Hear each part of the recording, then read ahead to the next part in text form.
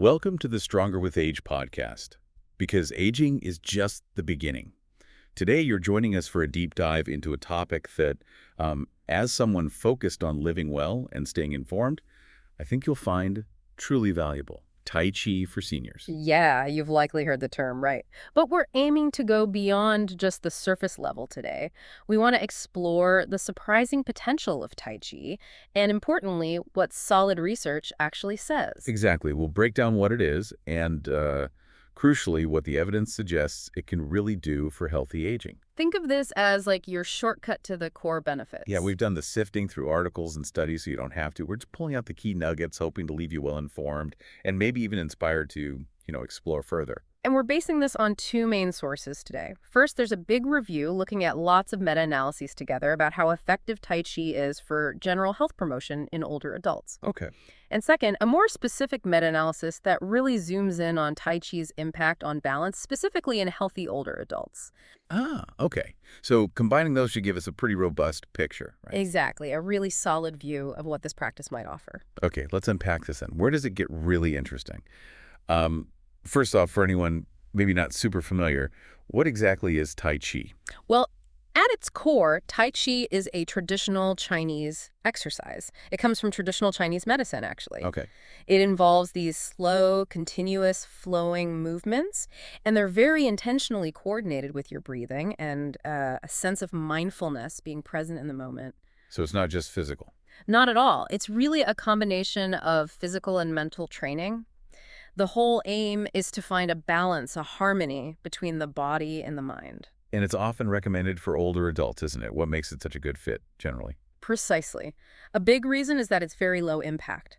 That means it's generally safer, easier on the joints, which is a huge plus for many older individuals. Makes sense. And the goals are quite broad. It aims to improve things like strength, flexibility, and definitely balance, which we'll dig into more, but also body awareness, concentration. Concentration, too. Interesting. Yeah, and many people find it fantastic for reducing stress and anxiety. That sounds like a really well-rounded set of potential benefits. And is it something folks can easily get into, like accessibility-wise? Yes, and that's a really important point. It's often described as enjoyable, which helps with sticking to it, and it's relatively inexpensive. You don't usually need fancy equipment or a special gym. Right. So that makes it accessible across different socioeconomic backgrounds. It's a potentially valuable tool for, widespread well-being. All right, so that gives us a good foundation. Now let's get into the research findings. That first source, the big review of meta-analyses on overall health benefits.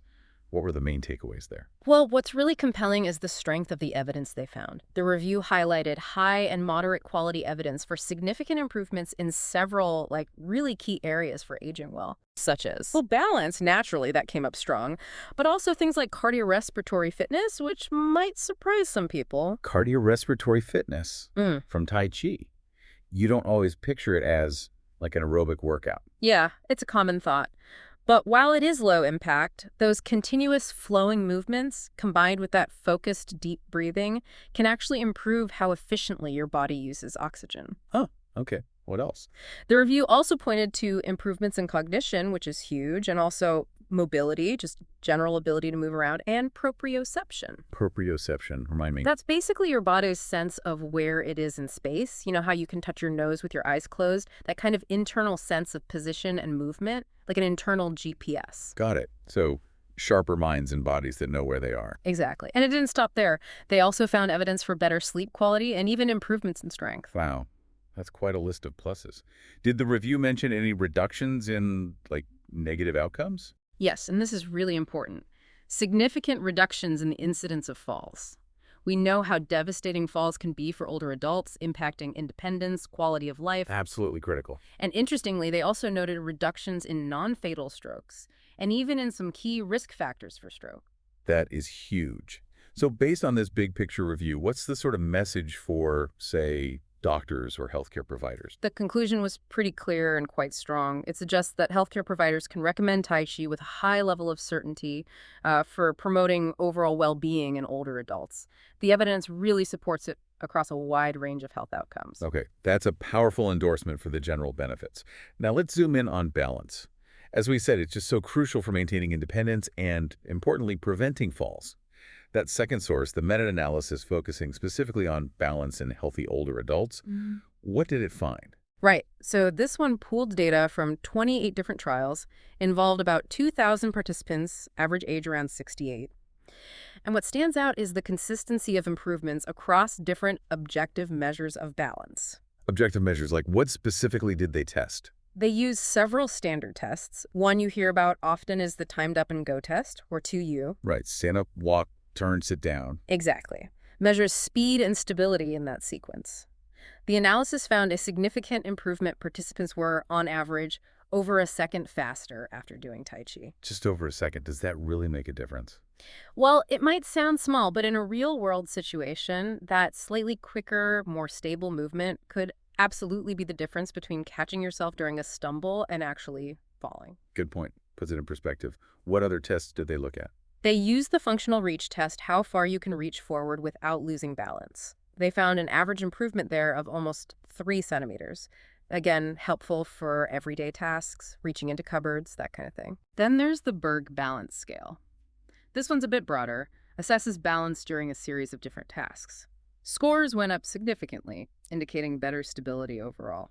So improvements across different types of balance challenges. Seems so. And they even looked at the single leg stance test. How long can you stand steadily on one leg? Oh, that's a tricky one for many people. It is, and participants could hold it, on average, about 5 seconds longer after Tai Chi. 5 seconds is quite a bit for that test. It really is. And finally, they also assessed gait speed, just how fast someone walks comfortably. They found a small but statistically significant increase there, too. Faster, more confident walking can indicate better balance and function. So it really does seem like Tai Chi hits multiple aspects of balance performance in healthy older adults. Did the analysis look into how you practice? Like, does it matter how long you do it for or how often? Yes, they did, and this is where it gets quite practical. Regarding duration, interestingly, doing Tai Chi for 12 weeks or less still showed significant improvements on some measures, like the Teiyu and functional reach. Oh, so you don't necessarily need years of practice to see some benefit. Apparently not for certain aspects, according to this analysis. In fact, for those specific tests, the short-term effect was sometimes even more pronounced than longer durations. Yeah. However, it's really important to add that other research strongly suggests longer-term, consistent practice leads to more lasting and broader benefits overall. So maybe the shorter term gives you some quick wins, encouraging you to stick with it for those deeper, long-lasting effects. That makes intuitive sense. Get some positive feedback early on. What about frequency? How many times a week? They looked at that too. It seemed that doing Tai Chi more than twice a week, with sessions lasting at least 45 minutes, led to greater benefits on the 2U test, functional reach, and the Berg Balance Scale scores. Okay, so consistency and giving it enough time each session seems important for maximizing those balance gains. Yeah, appears so. Both frequency and session length matter. Did they find any difference between various styles of Tai Chi? There are different ones, right? Yes, there are several styles. This analysis specifically compared Yang style and Sun style in some of the included studies. They found that Yang style seemed to be more effective, specifically for improving the timed up and go test results compared to Sun style. That's interesting detail. So if balance is your main goal, looking for a Yang style class might be a good starting point. It could be worth considering, based on this evidence, yeah. Okay, we can't really talk about balance without circling back more directly to falls.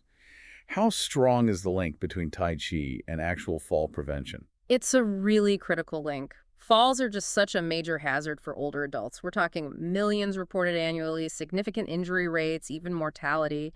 And the fear of falling is a big deal, too. Right, it can make people limit their activities. Exactly. Which, ironically, can then increase their risk because they become less mobile and weaker. But the good news, supported by the research we're discussing and other studies, is that Tai Chi consistently shows up as an effective exercise for preventing falls. And that's for both generally healthy older adults and those already considered high risk. Yes, the evidence suggests benefits for both groups. It's not just about scoring better on a test, it's potentially preventing those really serious, life-changing events. That is incredibly encouraging. Now, we spent a good chunk of time on the physical, especially balance, but Tai Chi is known for that mind-body aspect. What about the mental and emotional benefits? Absolutely. The benefits definitely go beyond the physical. Tai Chi is widely recognized for helping relieve stress and, interestingly, boosting energy levels too, not just calming you down. How does that work, the stress relief part? A lot of it ties into the meditative components, the focus on breath, the mindful movement. This can